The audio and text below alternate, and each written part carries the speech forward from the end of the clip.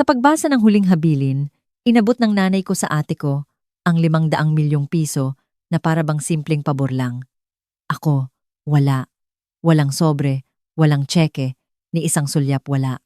Tinitigan niya ako ng diretsyo at sinabing, ito na ang pinal. Tumahimik ang buong kwarto.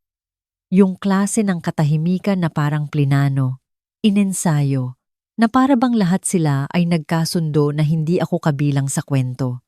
Hindi ako nakipagtalo, hindi ako umiyak, nanatili akong tahimik. Dahil kapag lumaki kang laging binabalewala, matututunan mo na ang pananahimik ay pwedeng maging sanhi ng kanilang kapabayaan. Ngumiti ang ate ko mula sa kabilang dulo ng mesa, binibilang na sa isip ang perang hindi pa man napupunta sa account niya. Umiwas ng tingin ang tatay ko. Ang nanay ko naman, ipinag-cruise ang mga kamay, kalmado at kontento na para bang nagsara lang siya ng isang kabanata. Tapos, tumayo ang abogado. Hindi siya tumingin sa ate ko. Hindi siya tumingin sa pera. Tumingin siya sa nanay ko at sinabing may isang selyadong dokumento na ipinagbili ng lolo ko na basahin lamang kung ako ay naroroon. Ang pangalan ko ay Clara Reyes at 31 taong gulang ako nang pagdesisyonan ng pamilya ko sa loob ng isang silid na wala akong halaga sa papel. Malamig ang conference room sa paraang propesyonal na tila gusto ng mga abogado. Isang mahabang mesang kahoy, mga botelya ng tubig na walang gumagalaw. Ang tanawin ng Makati skyline ay nakakuwadro sa bintana, na para bang nagpapaalala na magpapatuloy ang buhay sa labas anuman ang mangyari sa loob. Nasa tapat ko ang ate kong si Isabel, perpektong relax, nakakrus ang mga binti. Ang telepono niya ay nakataob sa mesa, na para bang hindi na niya kailangan pa. Katabi niya ang nanay kong si Cynthia, tuwid ang likod, taas ang baba, suot ang parehong ngiti na ginagamit niya sa mga charity event. Pinili naman ng tatay kong si Antonio ang upuang pinakamalayo sa akin. Tumikhim si Attorney De Leon. Simulan natin sa mga pangunahing pamamahagi, aniya, sabay buklat ng isang makapal na folder. Bago pa siya makapagpatuloy, sumingit ang nanay ko. Hindi na kailangang patagalin pa ito, sabi niya nang may lambing sa boses. Ang anak kong si Isabel ay makakatanggap ng 500 milyong piso mula sa yaman ng aking ama. Huminga ng malalim si Isabel. Nagkukunwaring nagulat. Napuno ang silid ng mga bulungan ng pagbati, mahinang tawanan, ang tunog ng isang masayang wakas na inensayo. Pagkatapos ay huminto si Attorney De Leon at si Clara. Simula niya, wala siyang makukuha. Sumabat ang nanay ko, bumaling sa akin. Malinaw ang bili ng lolo mo. Pinili mo ang sarili mong landas. Ito na ang pinal.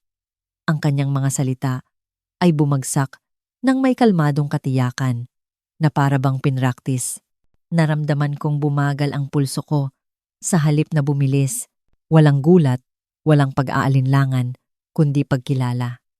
Ito ang sandali kung saan lahat ng pinagdaanan ko ay sa wakas ay nalagyan na ng numero, 0.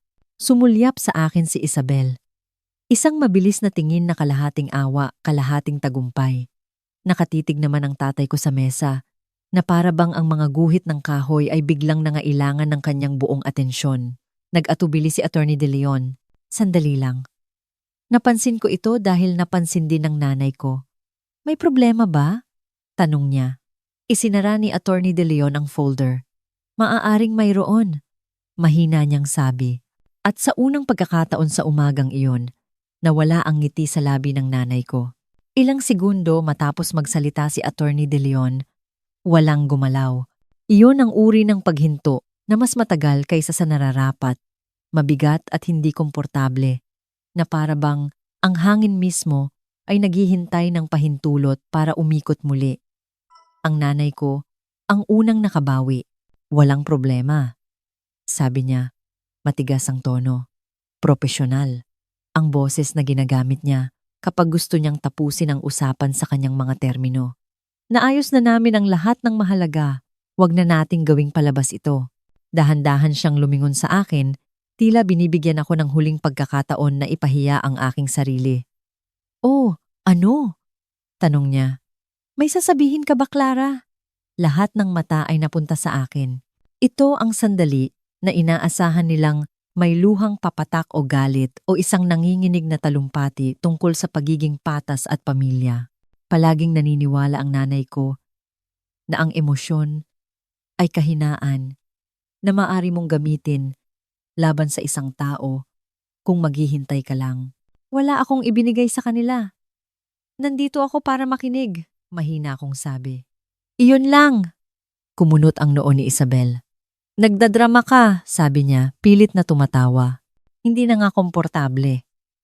Just say whatever you're going to say. Hindi ko kailangan. Sagot ko. Doon ko napansin ang banayad na pagbabago sa silid. Itinigil ng tatay ko ang pagtapik ng kanyang mga daliri. Umayos ng upo si Isabel. Tumalbog ang tuhod niya bago niya ito pinigilan. Ang mga mata ng nanay ko ay bahagyang nanliit. Kinakabahan sila sa katahimikan. Tumikhim muli si Attorney De Leon, ngunit sa pagkakataong ito, hindi niya binuksan ang folder sa harap niya. Sa halip, maingat niya itong isinara. Ginang Reyes. Sabi niya, direktang nakatingin sa nanay ko. Ang iyong ama ay nag-iwan ng mga tagubilin na nangingibabaw sa mga dokumentong tinutukoy ninyo. Tumigas ang ngiti ni Cynthia. Matanda na ang ama ko, sabi niya. Pumirma siya ng mga papel na hindi niya lubos na naiintindihan. Nangyayari iyon. Tumango si Attorney De Leon, kinikilala ang sinabi ng hindi sumasang-ayon. Kaya nga ang mga tagubiling ito ay dokumentado, sinuri at isinara sa ilalim ng legal na supervision. Yumuko siya at binuksan ang kanyang briefcase. Ang tunog ng zipper ay tila napakalakas. Nang ilagay niya ang sobre sa mesa, hindi ito dramatiko, walang pasikat, isang makapal na sobreng kulay krema, selyado, at may tatak na pamilyar na sulat kamay. Nakilala ko agad. Kay Lolo. Dumungaw si Isabel. Bakit hindi pa natin yan nakikita noon? Dahil, mahinahon na sabi ni Attorney De Leon, hindi ito para sa inyo. Itinulak ng nanay ko ang kanyang upuan at tumayo. Hindi ito tama. Matalas niyang sabi, walang pangalawang dokumento. Kung mayroon man, malalaman ko. Hindi siya tiningnan ni Attorney De Leon. Ang dokumentong ito, pagpapatuloy niya, ay isinara sa kahilingan ng inyong ama. Bubuksan lamang ito kung ang lahat ng malapit na miyembro ng pamilya ay naririto. Huminto siya at kung nasa silid si Clara, nawala ang kulay sa mukha ng nanay ko. Sa unang pagkakataon mula nang pumasok ako, mukha siyang hindi sigurado, hindi galit, hindi nasaktan, kundi nabigla. Nanatili akong tahimik at ang katahimikang iyon, napagtanto ko, ay mas malaki ang pinsalang nagagawa kaysa sa anumang argumento. Humakbang ang nanay ko palapit sa mesa. Ang mga palad ay nakadiin sa kahoy na para bang pisikal niyang mapipigilan ang mangyayari. Hindi na ito kailangan, sabi niya. Tumataas ang boses na nagpapakita ng kawalan ng kalmadong sinusubukan niyang iprojekto. Nagtiwala sa akin ang aking ama. Anuman iyan, luma na, hindi na mahalaga, o hindi na intindihan. Hindi agad sumagot si Attorney De Leon. Dahan-dahan niyang kinuha ang sobre.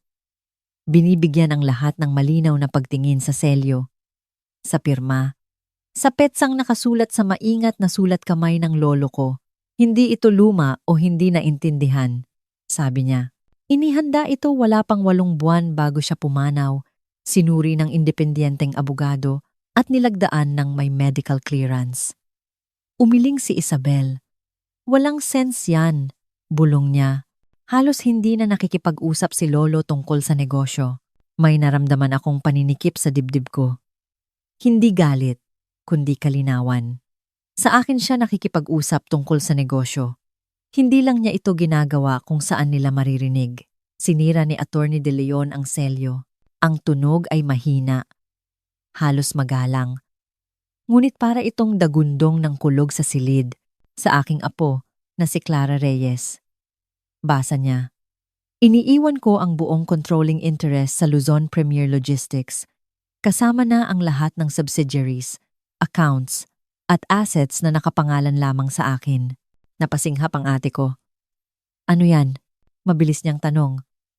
Tumingala si Attorney De Leon, isang pribadong investment firm na tahimik na itinayo ng inyong lolo sa nakalipas na dekada. Sa wakas, nagsalita ang tatay ko. Imposible yan, sabi niya. Walang oras si Papa para sa ganyan. Gumawa siya ng oras, sagot ni Attorney De Leon. At siniguro niyang hiwalay ito sa mga family account. Tuloy-tuloy ang mga salita. Ang firm na ito ay kasalukuyang nangangasiwa sa mga investment sa logistics software, mga kontrata sa regional distribution, at mga ari-ariang real estate. Ang halaga nito ay mas mataas pa sa halagang ipinamahagi ngayon. Dumagundong ang katahimikan. Ang 500 milyon ay biglang parang naging barya na lang. Tumawa ang nanay ko. Isang tawang matinis at hungkag. Inaasahan mong maniniwala kami na mas malaki pa ang pag-aari ni Clara kaysa sa ating lahat pinagsama-sama? Sinalubong ni Attorney De Leon ang kanyang mga mata. Ang pagmamay-ari ay hindi isang paniniwala. Ginang Reyes, ito ay isang katotohanan. Umatras siya na parabang gumuho ang sahig sa ilalim ng kanyang mga paa. Minanipula siya. Mas malakas niyang sabi ngayon. Kinontra niya si Papa sa amin. Ibinaba ni Attorney De Leon ang kanyang tingin sa papel. Inaasahan na niya ang akusasyong iyan, sabi niya. Kaya naman ipinaliwanag niya kung bakit niya ginawa ang desisyong ito. Napalunok ako habang nagpapatuloy siya. Alam ko, basa niya, na si Clara ay inilayo sa akin. Mga pagbisitang kinakansela, mga mensaheng hindi sinasagot, impormasyong sinasala. Sinabihan ako na wala siyang pakialam. Alam kong hindi ito totoo. Gumuho ang composure ng nanay ko. Kasungalingan yan! Sigaw niya. Pinrotektahan ko siya. Hindi tumingala si Attorney De Leon. Natuklasan ko rin ang mga transfer mula sa mga joint account na ginamit. Nang walang pahintulot ko, basa niya. Nang magtanong ako, sinabihan akong naaprubahan ko na raw. Hindi totoo. Biglang tumayo si Isabel. Nakakabaliw to. Sinisira mo ang pamilya natin. Sa wakas, itinaas ko ang aking ulo. Hindi, mahina kong sabi. Ginawa niyo na yan bago pa man ang araw na ito. Maingat na tiniklop ni Attorney De Leon ang dokumento. Mayroon pa. Sabi niya, kasama ang ebidensya na iginiit ng inyong ama na ilabas kung kukuwestiyonin ang desisyong ito. Nabasag ang boses ng nanay ko sa isang tunog na garalgal at hindi makilala. Anong ebidensya? Muling kumuha si Attorney De Leon sa kanyang briefcase at inilagay ang isang maliit na itim na drive sa mesa. Isang recorded statement. Sabi niya, mula mismo sa kanya, iyon ang sandali na tumigil sa pakikipagtalo ang nanay ko at nagsimulang magpanik. Walang sino man ang sumubok na pigilan si Attorney De Leon nang abutin niya ang maliit na itim na drive. Kanina lang ay sumisigaw ang nanay ko, pero ngayon ay nakatayo siyang parang bato, bahagyang nakabukas ang bibig na para bang tuluyan na siyang iniwan ng mga salita. Hindi mo yan ipapalabas. Sabi niya, manipis at pilit ang boses. Hindi mo kami pwedeng basta-basta gulatin ng kung anong recording. Tiningnan siya ni Attorney De Leon nang may kalma. Hiniling ng inyong ama na ipakita ito kung kukuwestiyonin ang kanyang mga desisyon. Umayos ng upo ang tatay ko. Hindi na kailangan yan, bulong niya. May magaganda at masasamang araw si Papa. Alam yan ng lahat. Hindi nakipagtalo si Attorney De Leon. Lumingon lang siya sa assistant na nakaupo sa dulo ng mesa. Isang laptop ang lumitaw. Isinaksak ang drive. At ang screen ay umilaw. Napuno ng mukha ng lolo ko ang screen. Mukha siyang mas matanda kaysa sa naaalala ko. Mas payat. Ngunit ang kanyang mga mata ay malinaw at nakatuon sa paraang hindi ko nakita sa loob ng maraming taon. Nakaupo siyang tuwid. Magkadikit ang mga kamay. Suot ang isang plansadong damit na para siyang dadalo sa isang meeting, hindi nagre-record ng kanyang mga huling salita. Ang pangalan ko ay Ricardo Reyes. Mahinahon niyang sabi. At narito ako upang ipaliwanag kung bakit ko binago ang aking huling habilin. Napahawak ang nanay ko sa kanyang bibig. Hindi ako nalilito. Patuloy niya. Hindi ako pinipilit. Alam na alam ko ang aking ginagawa. Huminga ng malalim ang tatay ko, umiiling. Hindi ka panipaniwala to. Sa screen, bahagyang sumulong ang lolo ko. Pinanood kong umalis ang pera sa aking mga account nang wala akong pahintulot, sabi niya. Nang magtanong ako tungkol dito, sinabihan akong pumayag na ako. Hindi totoo yon. Nawalan ng kulay ang mukha ni Isabel. Pinanood ko rin kung paano pinamahalaan para sa akin ang relasyon ko kay Clara, patuloy niya. Mga tawag na inililihis, mga mensaheng hindi sinasagot, mga pagbisitang kinakansela sa dahilan ng pagprotekta sa aking kalusugan. Nanikip ang dibdib ko. Lahat ng alaala ay bumalik. Ang mga text na hindi pinansin. Ang mga Pasko na sinabihan akong huwag umuwi. Ang katahimikang hindi ko naintindihan hanggang ngayon. Ihinampas ng nanay ko ang kamay sa mesa. Itigil mo yan! Sigaw niya. Nagagalit lang siya. Hindi niya alam ang sinasabi niya. Hindi kumilos si Attorney De Leon. Sa screen, tumigas ang boses ng lolo ko. Mas marami akong naiintindihan kaysa sa inaakala nila, sabi niya. At naiintindihan ko kung sino ang nakikinig. Huminto siya. At pagkatapos ay lumambot ang boses. Nakikinig si Clara. Nagtatanong siya. Nagtatayo siya sa halip na kumuha. Hindi niya ako kailanman tinrato na parang abala. Naramdaman kong nag-init ang mga mata ko, ngunit hindi ako umiwas ng tingin. Iyon ang dahilan kung bakit sa kanya ang Luzon Premier Logistics. Sabi niya, bawat share, bawat account, tahimik ang silid maliban sa mahinang ugong ng laptop. Sa wakas ay gumuho ang composure ng nanay ko. Hindi ito patas! Sigaw niya. Pagkatapos ng lahat ng ginawa namin para sa kanya. Napuno muli ng mukha ng lolo ko ang screen sa huling pagkakataon. Kung pinapanood niyo ito, sabi niya, ibig sabihin, sinusubukan niyong kunin ang hindi sa inyo. Natapos ang video, walang nagsalita, at sa unang pagkakataon sa buhay ko, ang katotohanan ay hindi bumulong. Tumayo ito at humiling na pakinggan. Naging itim ang screen, ngunit hindi nawala ang katahimikan. Bumigat ito sa silid. Mabigat at pinal. Mabilis na ngayon ang paghinga ng nanay ko. Maikli, mababaw na paghinga na para bang sinusubukan niyang takbuhan ang bagay na nahuli na sa kanya. Nakatitig ang tatay ko sa blankong laptop. Ang kanyang mga daliri tumatapik sa mesa sa isang ritmong wala ng saysay. Wala namang pinapatunayan yan. Sabi niya sa wakas, bagaman kulang sa kumpiyansa ang kanyang boses. May mga nasasabi ang mga tao kapag emosyonal sila.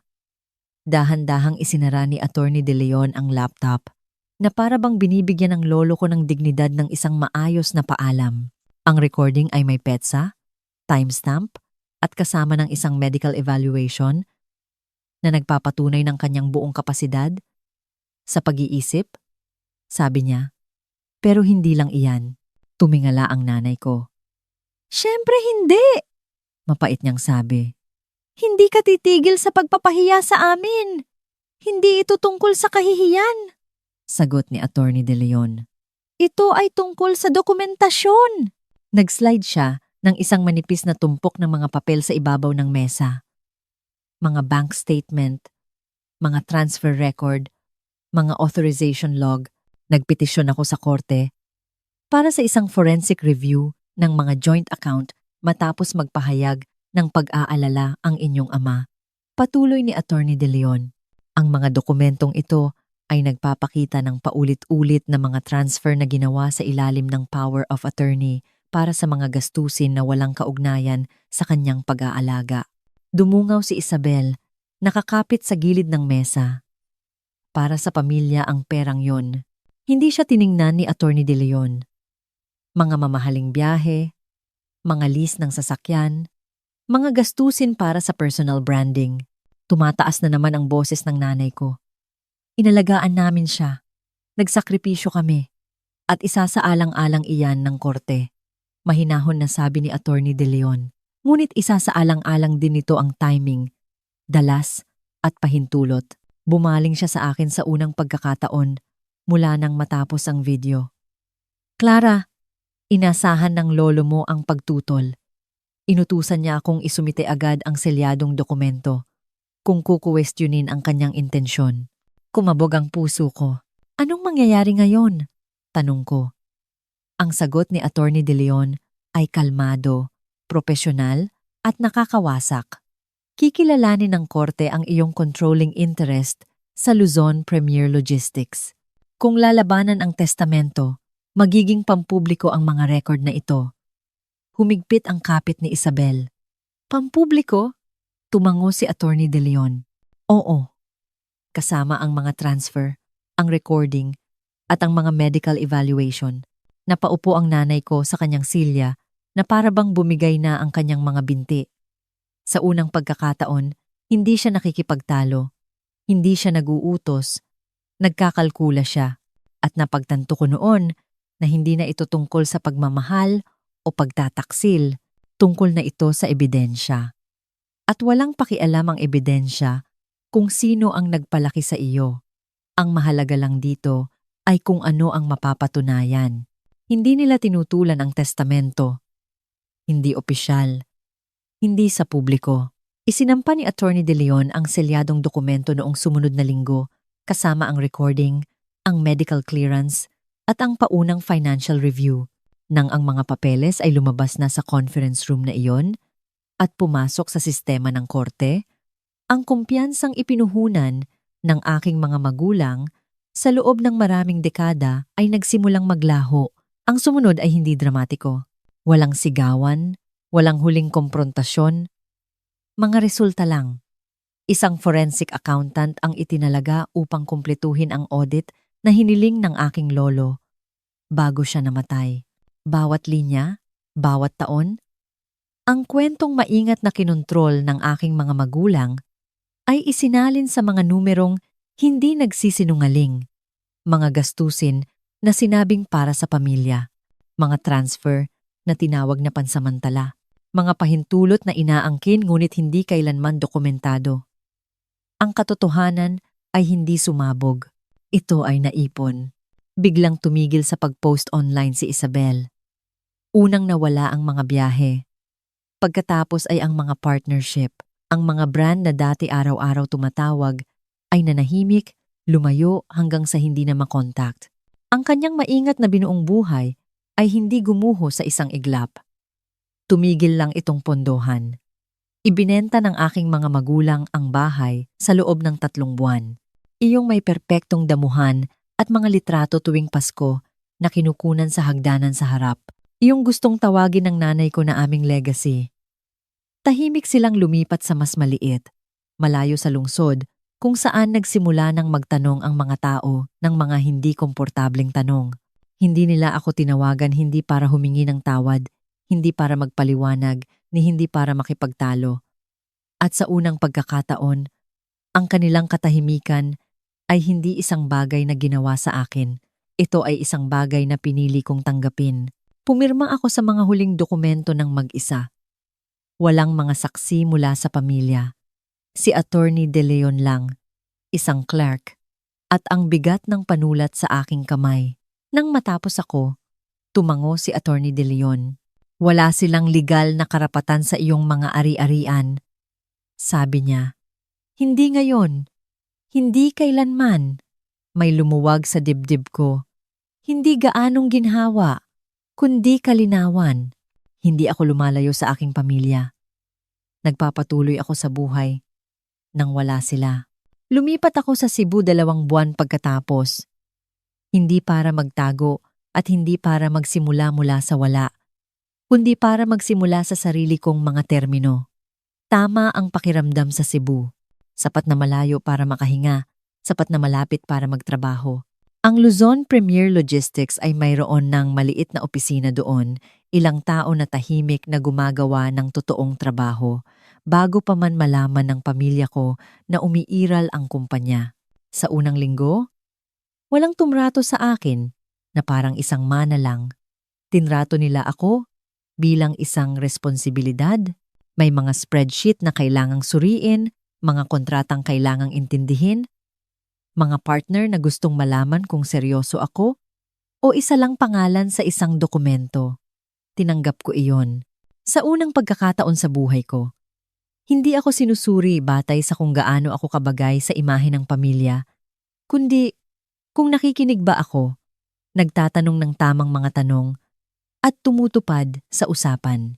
At ginawa ko. Hindi kami naghabol sa pasikat. Nakatuon kami sa katatagan, pagtulong sa mga mid-size na logistics companies na ayusin ang kanilang operasyon. Pagtulong sa mga regional distributor na makaligtas sa mga merkado na hindi nagpapatawad ng pagkakamali. Naaalala ko ang boses ng lolo ko sa tuwing gagawa kami ng desisyon. Bumuo ka ng isang bagay na may pakinabang, isang bagay na tatagal. Nag-set up ako ng isang maliit na scholarship fund sa kanyang pangalan. Tahimik na walang anunsyo o press release. Mga oportunidad lang para sa mga estudyanteng nagpapaalala sa akin ng aking sarili. Matalino, binabaliwala, at minamaliit. Nag-email sa akin si Isabel isang beses noong unang taon. Walang akusasyon, walang hiling. Ilang talata lang na inaamin na hindi niya alam kung sino siya. Nang walang atensyon, nang walang perang nagpapadali sa lahat, hindi ako agad sumagot. Nang sa wakas ay sumagot ako, ginawa kong simple. Mabait ngunit matatag. Hindi kami magkaaway, pero hindi rin kami malapit. Hindi pa. Tungkol naman sa aking mga magulang, naglaho sila sa distansya at mga tsismis. Ibang probinsya, mas maliit na buhay, wala ng kontrol. At kakaiba. Sapat na iyon dahil ang buhay na itinatayo ko ay hindi na nangangailangan ng kanilang pahintulot para umiral. Sa loob ng mahabang panahon, akala ko ang pinakamahirap na bahagi ng aking buhay ay ang pagiging binaliwala. Ang lumaki bilang anak na hindi akma sa larawan. Iyong hindi mahusay umarte kapag kailangan o hindi sumasalamin sa imaheng nais ipakita ng aking mga magulang. Naniniwala ako na kung magsisikap lang ako ng husto, mananatiling mas tahimik o patunayan ang aking sarili ng mas malinaw, sa huli ay makikita rin nila ako. May mga taong hindi ka pinapansin hindi dahil wala kang halaga. Hindi ka nila pinapansin dahil ang pagkilala sa iyong halaga ay magiging banta sa kwentong binuo nila tungkol sa kanilang sarili. Ang ibinigay sa akin ng lolo ko ay hindi lang isang kumpanya o seguridad sa pananalapi. Binigyan niya ako ng pananaw. Ipinakita niya sa akin na ang pagiging tahimik ay hindi nangangahulugang walang kapangyarihan at ang pasensya ay maaaring maging isang anyo ng lakas kapag may kasamang paghahanda. Natutunan ko na ang pamilya ay hindi natutukoy sa kung sino ang kumokontrol sa mesa kapag gumagawa ng desisyon. Ito ay natutukoy sa kung sino ang nagpoprotekta sa iyong kinabukasan kapag wala ka sa silid. May natutunan din akong mas mahirap. Hindi mo kailangang manatili sa mga lugar kung saan patuloy na pinagtatalunan ang iyong halaga.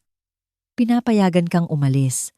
Pinapayagan kang bumuo ng bago kasama ang mga taong hindi kailangang kumbinsihin na mahalaga ka.